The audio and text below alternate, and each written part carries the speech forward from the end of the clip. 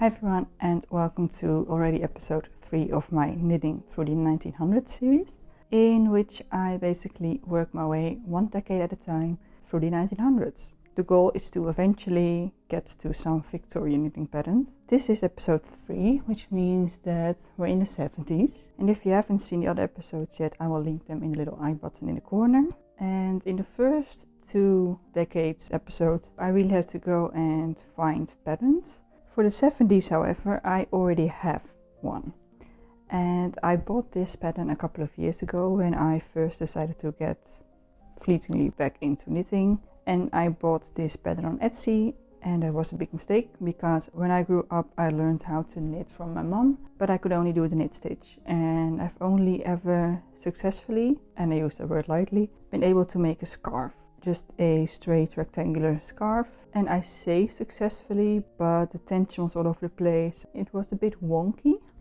So then when I decided to get back into knitting and bought that pattern and opened it, I got scared because I didn't understand a single thing. So I put that thought on hold for a little bit. Now I feel way more confident that I can actually do this. So when I was searching for patterns for this series, I remembered vaguely that I had a vintage knitting pattern, no idea which decade it was. So I looked it up and it was the 70s. So now, hang on, knitting and talking doesn't really work. So now I can make this actually, and the pattern I'm using, I don't think it really has a name.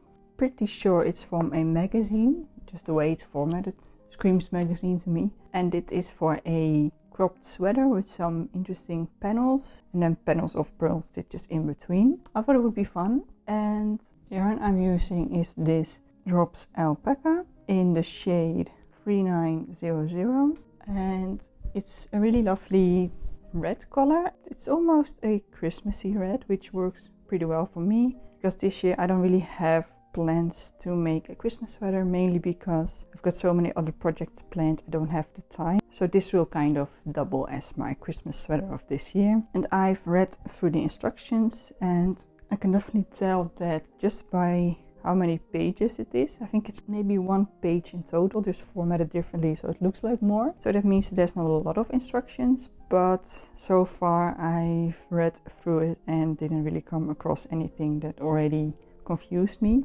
It's definitely going to be one of those things where I wish I had a chart instead of just having everything written out row by row, but that's just the way it is with these older patterns. It is also just a seamed sweater, so it's all knit flat and then sewn up at the end. I'm now working on the back piece first, and first I need to knit 4 inches of 2x2 rib, so that's what I'm doing now. And I'm also keeping count of the amount of rows, so that when I'm working on the front piece I can count the rows again and have exactly the same amount of rows, which just helps later on when I'm sewing it together, because I will have the same number of stitches to sew together. So I'm going to continue working on this rib and then I will see you later. Here we have the 4 inches of the rib, the 2x2 rib, which went pretty quickly actually. I think mainly because it is 2x2, so there's less moving the yarn back and forth than with a 1x1 or 2x1. So this is now done, and I am ready to start working on the actual pattern. I've got my row counter here to keep track of where I am, and I'm incredibly tempted to just turn this into a chart, but I'm not going to. I'm just going to follow the written instructions and hope this goes well. I'm also going to switch to the larger needles now, so let's do this.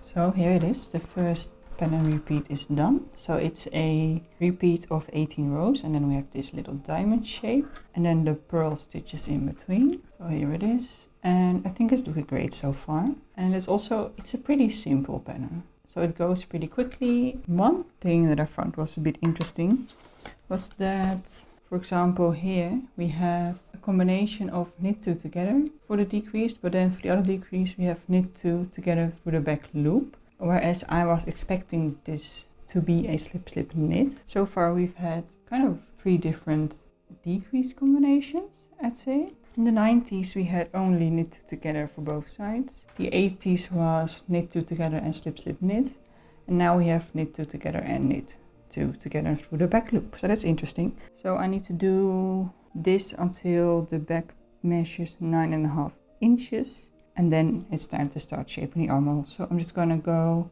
and put on the Olympics and keep going.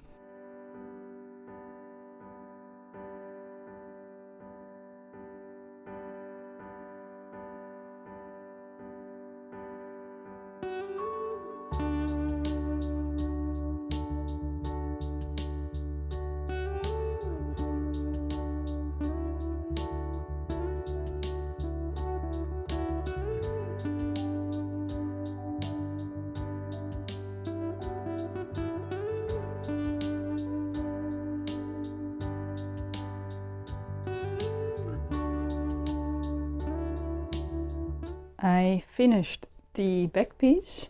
I'm holding it the wrong way. I keep holding it the wrong way because I keep thinking that the side with the stockinette stitch, the knit side of it, is the right side, but it's not, it's the other way around. I only have these stitches left on some scrap yarn because at the end this will be used to knit the neckband, the collar. Everything went pretty well, at least when it comes to following the instructions. I did make a mistake somewhere. I made a mistake here. Tell that it's a little bit wonky over here, and then the lace pattern almost doesn't exist here. So that's kind of annoying. I was gonna say I don't know what went wrong, but I know what went wrong. I was watching the Olympics and I was getting a little too caught up because we were winning. Go Netherlands. So that's probably why I didn't really pay attention and messed up, but I think it's going to be fine because it's right at the neckline on the back, and I usually wear my hair down anyway, so that will cover it. But apart from that, it's going pretty well. And I've started working on the front piece, so I've done about 14 rows of the ribbing, I believe, and I need to get to 41. And then I need to just continue working the same as I did on the back till the armhole shaping is done, I believe, because then we need to shape for the shoulders on the front. But the rest is going to be the same as the back, so I'm going to just skip over that and I will see you in the next update. I've just finished one of the shoulder pieces. I mean, it's not really a shoulder piece, but yeah. And this is gonna be the neckline and then the shoulder piece, and I need to do the second one. And I've just put the stitches on a piece of scrap yarn so that I can now pick these stitches up to the other side and then these later for the neckband. And so far things are still going great. I'm not having any issues with the instructions so far, and it's actually going pretty quickly. I didn't really expect it to go quickly. Doing this whole thing took me a couple of hours, I think, but definitely less than I thought it would take me. I'm excited to keep going, so I'm gonna do the other shoulder piece and then I can move on to the sleeves. I just started knitting the sleeve, and like I did last time with the 80's project, I'm knitting 2 at the same time. I really enjoyed it last time, and I don't think I'll ever go back to knitting just one at a time. So I've got both sleeves cast on, and I just finished the ribbing part, and I came across something that I found really interesting I hadn't seen before, which is that the instructions told me to work 2 inches of ribbing with the smaller needle size, the same as I did for the back and front pieces, but then after 2 inches I had to switch to the larger needle size and continue working till the whole thing was 4 inches, and I've never had to do that before. Normally you switch from the smaller size to the larger size after you've done the ribbing, but now we did it in the middle basically, and I think you can tell that it's kind of starting here, because after that the stitches become a little bit bigger. And yeah, I just thought it was interesting. I guess it's to make the sleeve even more tapered. So yeah, you can see that already kind of naturally tapers down. So it's wider here and then smaller there. But yeah, I thought it was interesting. I'm just going to keep going with the sleeves. I now need to start working the main part, and that's where I'm going to be working the pattern again that I did on the main part of the front and back.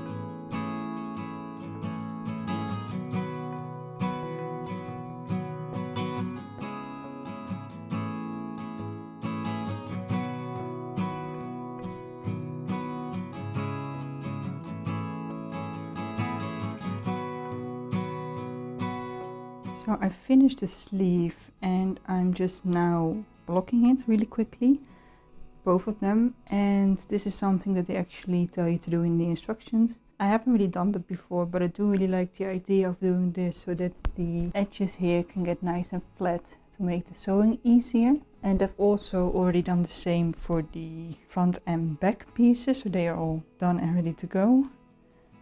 And now this just needs to dry before I can move on with the sleeves, which shouldn't take long because it's currently the hottest day of the year, but yeah.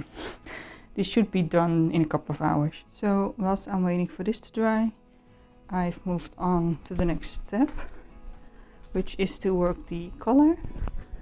So what I've done is I've joined this shoulder seam and I've picked up stitches along the neckline and picked up the stitches from the scrap yarns, and now I just need to work 4 inches of 2x2 rib, so the same as the bottom edge. At first I thought this is going to be a ridiculously long collar, but I just read ahead and it's going to be folded to the inside, so it's going to be technically 2 inches high, so it's fine. So I'm just going to work 4 inches of this 2x2 rib, which will take a while, and when that's done I can finish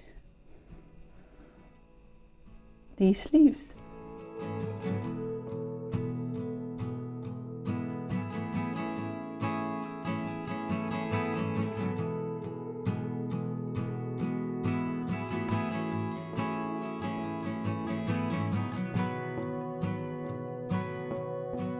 So I finished the collar. I used a bind off that I don't think looks that nice, but it's gonna be fine because I will be folding this to the inside like that, so you won't really see it. I actually had to do the bind off twice because the first time it was too tight and I would not have been able to get this over my head, but now it's stretchy enough. Then I also sewed up the other side seam or shoulder seam, and I finished blocking the sleeves. They are done. So now I can move on to sew all the seams. So I need to do the side seams, I need to do the side seam of the sleeves, and then I need to set in the sleeves, and then we are almost done.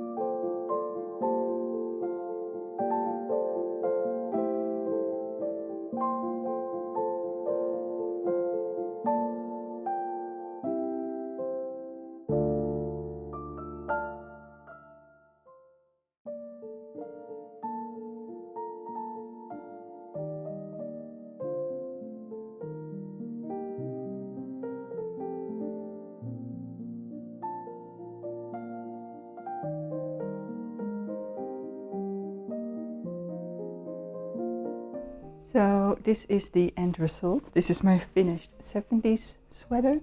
I'm really happy with this. I think it looks really nice. It's a bit Christmassy, so I'm in a Christmas vibe, even though it's not Christmas yet at all. I really like this lace pattern all over. I really like the length, it's perfect for me. And I feel like I'm starting to sound like a broken record, but I didn't have any issues with the pattern instructions. They were pretty easy to follow.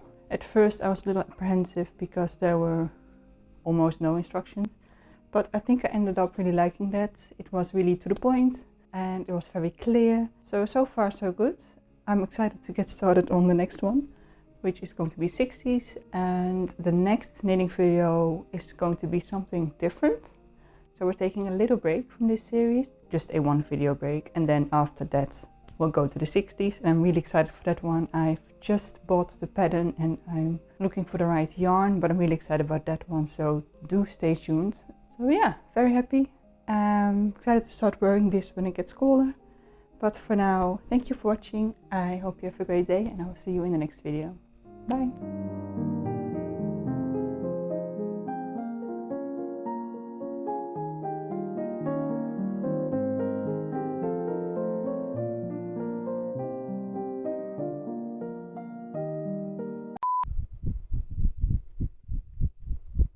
It's actually mid-August when I'm filming this, and it's extremely hot, so I need to get out of this now because I'm dying.